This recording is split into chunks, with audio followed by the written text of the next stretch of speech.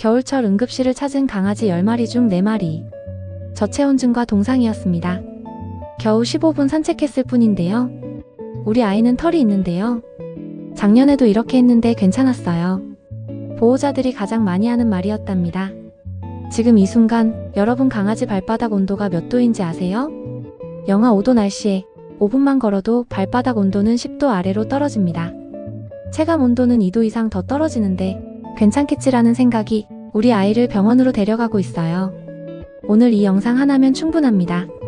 기온별로 정확히 몇 분을 걸어야 하는지, 어떤 옷을 입혀야 하는지, 집에 와서 뭘 해줘야 하는지 수의사와 동물 행동 전문가가 검증한 내용만 담았습니다.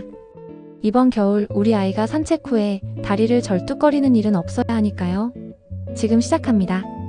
털이 있다고 다 따뜻한 건 아니에요. 강아지 체온은 보통 38도에서 39도 정도 됩니다. 사람보다 2도 정도 높죠. 그런데 여기서 함정이 있습니다. 체온이 높다는 건 주변 온도가 낮을 때 열이 더 빠르게 빠져나간다는 뜻이거든요.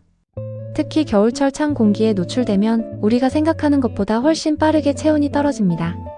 특히 작은 아이들은 더 빨리 추위를 느끼는데 말티즈, 푸들, 치와와, 요크셔 테리어처럼 작은 아이들은 체중이 보통 2kg에서 5kg 정도 됩니다. 작은 몸은 표면적에 비해 부피가 작아서 열이 금방 빠져나가요. 마치 작은 컵에 담긴 물이 큰 주전자보다 빨리 식는 것처럼 말이죠. 실제로 겨울철 10분만 밖에 나가도 체온이 1도에서 2도 정도 떨어질 수 있습니다. 나이 든 아이들은 체온 조절이 더 어려워요.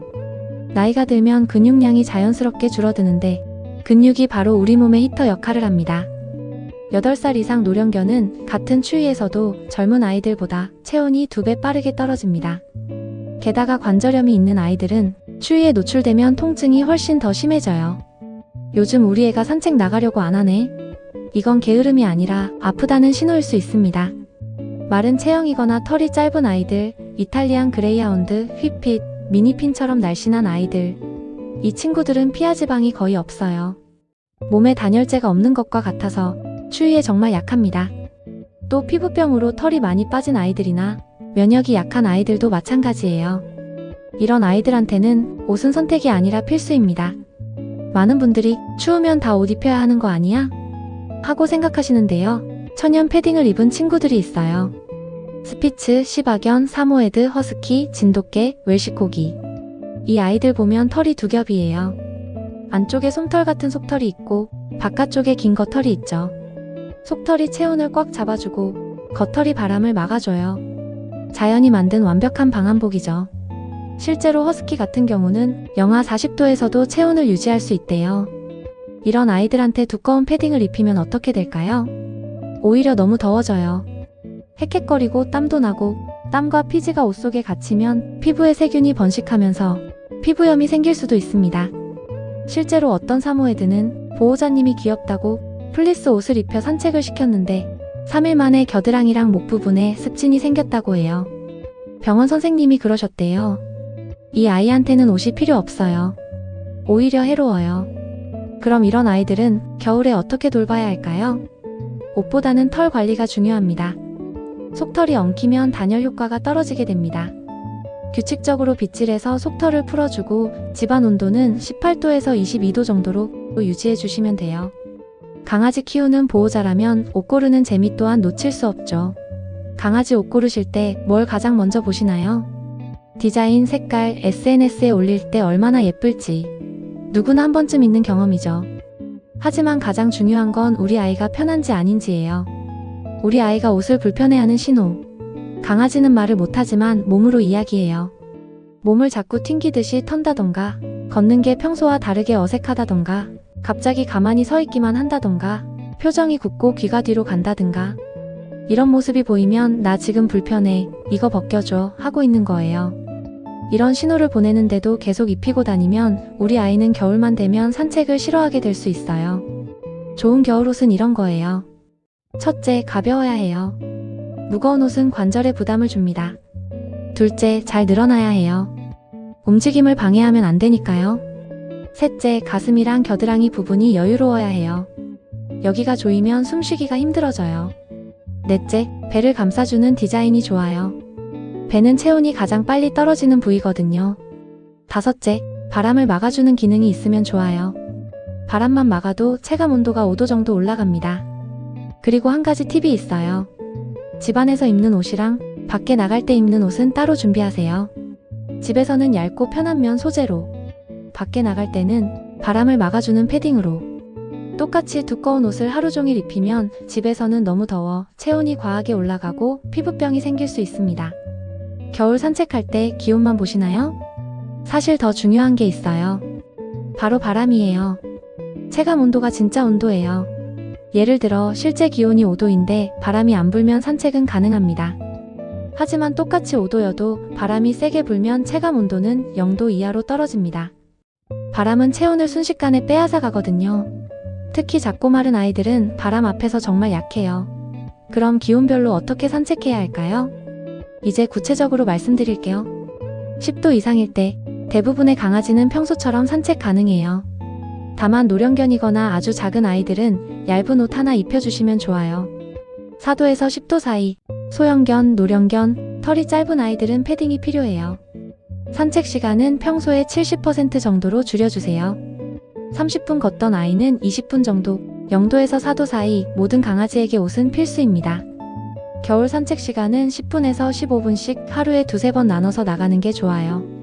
바람이 부는 날은 5분에서 10분만 나가세요. 0도 아래로 떨어지면 아주 작은 아이들이랑 노령견은 가능하면 집에서 배변하도록 유도해주고, 중대형견도 5분에서 10분만 필요한 배변만 하고 바로 들어오세요. 패딩은 필수, 발 보호도 꼭 해주셔야 해요. 영하 5도 이하의 바람까지 불면 가능하면 산책을 안 하시는 게 좋습니다. 만약 꼭 나가야 한다면 현관 앞에서 3분 정도 배변만 하고 바로 들어오세요. 그리고 산책을 하다 보면 우리 아이가 이런 행동을 보일 때가 있어요. 이럴 땐 바로 집으로 돌아가야 하는 신호입니다.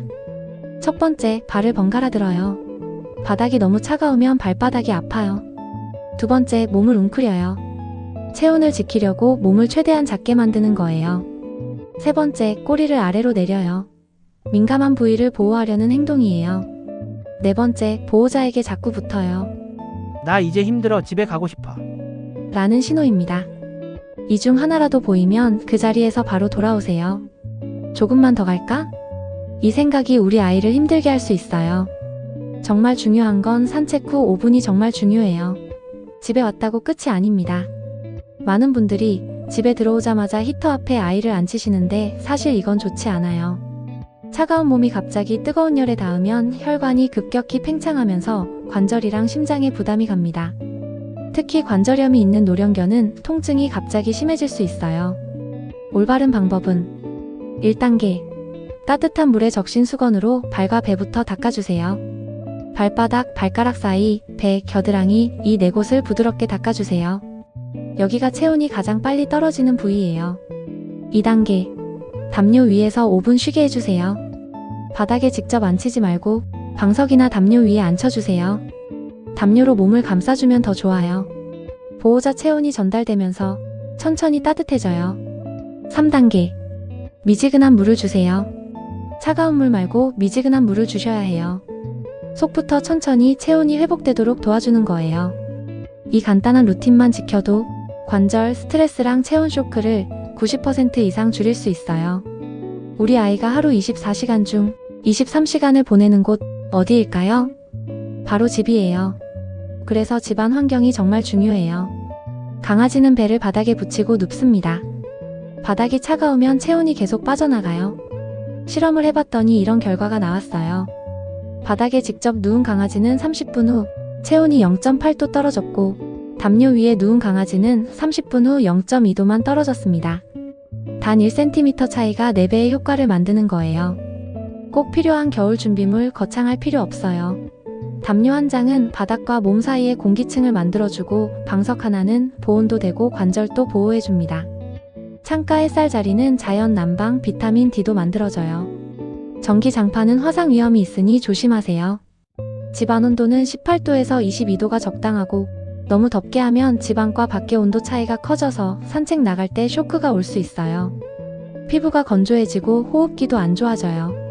너무 춥게 하면 면역력이 떨어지고 관절 통증도 심해집니다. 사람이 긴팔 하나 입고 편한 온도, 그 정도면 우리 아이에게도 딱 좋아요. 털이 있으니까 괜찮아. 이건 정말 잘못된 생각입니다. 털은 단열재일 뿐 히터가 아니거든요. 체온을 만드는 건 근육과 신진대사예요. 작년에도 이랬는데 괜찮았잖아. 우리 아이는 매년 나이를 먹습니다. 작년에 괜찮았다고 올해도 괜찮을 거란 보장은 없어요. 움직이면 몸이 따뜻해지잖아. 작은 강아지는 운동으로 만드는 열보다 바람으로 잃는 열이 더 많아요. 옷 입히면 약해지는 거 아니야? 필요한 보호는 약함이 아니에요. 지혜예요. 사람도 겨울에 패딩을 입는다고 약해지지 않잖아요. 집에만 있으면 스트레스 받겠지만 생명이 위험한 극한의 추위에는 집에서 노는 것도 충분히 좋은 시간이에요. 우리 강아지는 추위도 안 타고 겨울 산책을 너무 좋아해. 자랑하시는 분들도 계시는데요. 사실 겨울 산책의 진짜 목표는 그게 아니에요. 얼마나 오래 걸었느냐가 아니라 얼마나 따뜻하게 다녀왔느냐예요. 10분을 걷더라도 우리 아이가 따뜻하고 안전하게 돌아왔다면 그게 바로 성공한 산책이에요. 우리 아이가 원하는 건 많지 않아요. 비싼 브랜드 옷이 아니라 따뜻한 담요 한 장, 멀리 가는 산책이 아니라 안전하게 돌아오는 것. 화려한 장난감이 아니라 곁에 있어주는 보호자 한 분, 그게 전부예요. 오늘부터 실천해보세요.